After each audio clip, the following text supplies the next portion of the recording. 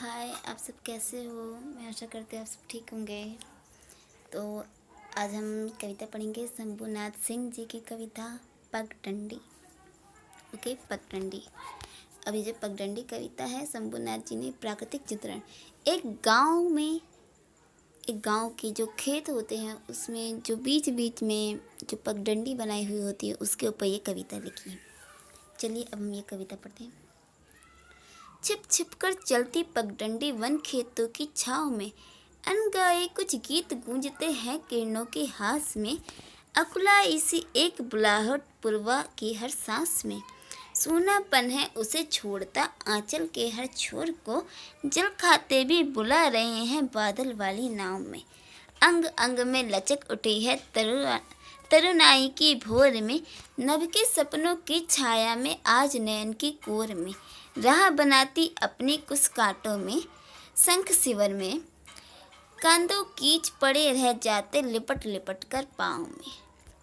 चलिए अब हम ये कविता समझने की कोशिश करते हैं। बहुत ही ज़्यादा प्यारी कविता है। पगडंडी जो कि एक खेत से दूसरे खेत तक कैसे रास्ता बनाती है, कवि ने यही इसमें प्राकृतिक सौंदर्य के साथ बेहद खूबसूरती से वर्णन किया है। ठीक है, चलिए पढ़ते हो समझते हैं। छिप छिप कर चलती पगडंडी वन खेतों की छाँव में, यानी कि जो पगडंडी है वो छिप छिप कर चलती है। ठीक है, कभी वन में कभी खेतों में वो छिपी हुई रहती है, कभी किसी को दिखती नहीं है। जब इंसान खेत में उतरता है तभी उसे दिखती है, ऐसे उसे नहीं दिखती। तो वही है कि छिप छिप कर चलती पगडंडी वन खेतों की छाँव में। अब प्राकृतिक सौंदर्य यहाँ पे है तो कभी यूज़ किया है। ठीक है, अनगाए कुछ गीत गूंजते हैं किरणों के हास में, अकुलाई सी एक बुलाहट पुरवा की हर सांस में। यानी कि अब कवि यहाँ पे कह रहे हैं कि आसपास का जो माहौल है, जो मौसम है, अब कवि ने यहाँ पे क्या किया है, पगडंडी को एक नायिका के रूप में प्रस्तुत करने की कोशिश की है। एक नायिका जो अपने प्रियतम से मिलने एक गांव से दूसरे गांव जा रही है और छिप छिप कर जा रही है। कभी वन में छिपती है, कभी खेतों में छिपती है और वो जा रही है। तो उसके आगे कहते हैं अनगाए कुछ गीत गूंजते। ऐसा लगता है कि इस पूरे जगह पे कुछ ऐसे गीत गूंज रहे जो गाए नहीं जाते, लेकिन तभी वो गीत है और वो गूंज रहे हैं। किरणों के हास में, किरणें यानी कि सूर्य की जो रोशनी पड़ रही है उन किरणों में मानो कि जैसे कोई गीत गूंज रहा है। अकुलाई सी एक बुलाहट, अकुलाई सी यानी कि आकुल होकर जो एक बुलाहट आती है पूर्वा की हर सांस में। पूर्वा होती है जो पूर्वैया से आने वाली जो हवा होती है उसे पूर्वा कहते हैं। ठीक है, यानी कि मानो कि हवा का एक झोंका आया और ऐसा लगता है कि ये जो हवा है जैसे मेरे को अपने साथ बाहर ले जाना चाहती है, कि मानो वो मेरे को अपने साथ बुला रही है। तो वही है कि अकुलाई सी एक बुलाहट, ऐसा लगता है कि पूर्वा की जो पूर्वैया जो हवा आई है उसमें एक ऐसी बुलाहट है जो अकुलाई सी है, जो मेरे को अपने साथ लेके जाना चाहती है। ओके, तो अगला पैराग्राफ। सूनापन है उसे छेड़ता हूँ आंचल के कोर को। यानी कि कवि यहाँ पे कह रहे हैं कि जो सूनापन है, यहाँ आसपास में जो सूनापन है, मैं उसे छोड़ देता हूँ आंचल के छोर को। यानी कि जो हमारी पगडंडी है, पगडंडी क्या है, वो नायिका है। ठीक है, अब नायिका के रूप में प्रस्तुत किया गया है। तो नायिका के पास एक आंचल है जिसके छोर है और उसके छोर में क्या है, सूनापन है। तो वही कवि कह रहे हैं कि मैं उस सूनेपन को छोड़ देता हूँ। जल खाते भी भुला रहे हैं बादल वाली नाव में। जल खाते यानी कि जो छोटे छोटे नाव है, या फिर ये कहिए कि बादल जिसमें पानी भरा हुआ है, वो बुला रहे हैं बादल वाली नाव में, कि बारिश का मौसम बन जाए, ऐसा मन है यहाँ पर कवि का। कि जल खाते भी बुला रहे हैं बादल वाली नाव को, कि छोटी छोटी सी कश्तियाँ जो नाव को पानी में डाल के बहाई जाती हैं, वो बुला रहे हैं कि आखिर बादल जो बारिश वाले हैं वो कब आएंगे। फिर अगला पैराग्राफ है, अंग अंग में लचक उठी जो तरुणाई की भोर में। यानी कि जो हमारी पगडंडी है वो एक नायिका है, तो जो हमारी नायिका है उसके अंग अंग में लचक उठी है। लचक उठे यानी कि वो अंगड़ाई ले रही है। ठीक है, उसकी जो बॉडी है वो थोड़ी क्या कह रहे हैं, एक्सरसाइज करने के मूड में है। तो वही कह रही कि लचक उठाई तरुणाई की भोर में। यानी कि तरुणाई यानी कि जब सूरज उग रहा होता है उस समय की भोर में, यानी कि सुबह सुबह। नभ के सपनों की छाया में आज नयन के कोर में, कि नभ आसमान, सपनों की छाया यानी कि जो सपन हम देखते हैं उसकी छाया में नैन के कोर में, कि अंग अंग में लचक उठी है, उसकी आंखों में नींद है और वो सुबह सुबह उठ गई है। ठीक है, तो वही है कि नभ के सपनों की छाया में, कि आकाश के नीचे सपनों की छाया में है और उसके नयनों में यानी कि आँखों में वो सपने बैठे हुए हैं अभी भी। फिर अगली पंक्ति है, राह बनाती अपनी कुछ कांटों में। कुछ कांटे, कुछ तो जानते ही हो कि कुछ किसे कहते हैं, जो घास होती है उसे। राह बनाती अपनी कुछ कांटों में शंख शिवर में, कंधों कीच पड़े रह जाते लिपट लिपट कर पाँव में। यानी कि जो पगडंडी है, हमारी नायिका है, वो अपनी प्रियतम से मिलने जा रही है और उसी का चित्रण किया गया है कि जो हमारी पगडंडी है नायिका, वो सुबह सुबह उठी है, उसकी आंखों में सपने हैं ढेर सारे, और वो अब जो है अपनी राह बनाते हुए कुछ कांटे यानी कि घास फूस कांटे वाटों में से शंख शिविर यानी कि वही रास्ते में जो घास फूस आ जाती है उसी को क्रॉस करते हुए कांदो कीचड़ यानी कि जो रास्ते में कीचड़, चूँकि पगडंडी होती है उसमें पगडंडी जो होती बहुत लंबी होती है, उसका रास्ता भी लंबा होता है, तो कहीं पे कीचड़ है, कहीं पर कांटे हैं, तो वही है कि ये सब क्या है, रास्ते में पड़े हुए हैं और लिपट लिपट कर ये पाँव में ही रह जाते हैं, यानी कि नायिका मीन्स पगडंडी के पैरों में लिपट कर रह जाते हैं। चलिए अगला पैराग्राफ।